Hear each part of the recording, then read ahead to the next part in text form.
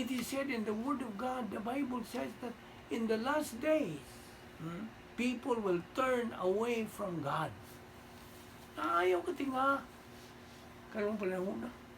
People are turning away from God. They are turning to gold, not God. Kita na, money. Money. Grabe yung mga tao ron. Ala, kwarta dire, kwarta dito. Sige. Mo'y katugan, mo'y kamatan.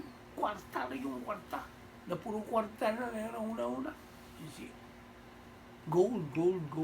Not God. See? Naon sa may isulti sa Matthew 10:33. Ang pulong sa Diyos na yun. But everyone who denies me here on earth, I will also deny before my Father in heaven. And you know what?